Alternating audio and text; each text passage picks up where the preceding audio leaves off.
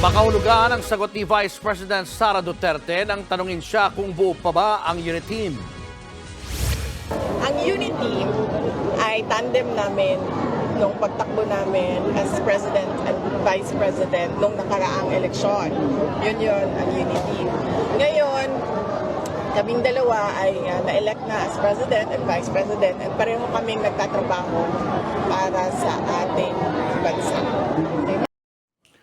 Sinabi niya ni VP Sara sa isang event sa Quezon City. Nitong Lunes, nabanggit niyang nagbabalak siyang tumakbo sa susunod na eleksyon, bagamat hindi malinaw kung para sa anong posisyon. Sa isang pareham, sinabi ni Pangulong Bongbong Marcos na baka testing the waters o sinusubukan lang ng bise ang magiging reaksyon ng mga tao. Ayon naman kay Duterte, hindi pa sila nagkakausap ng Pangulo tungkol sa eleksyon, na misinterpret din daw ang sinabi niyang tatakbo siya.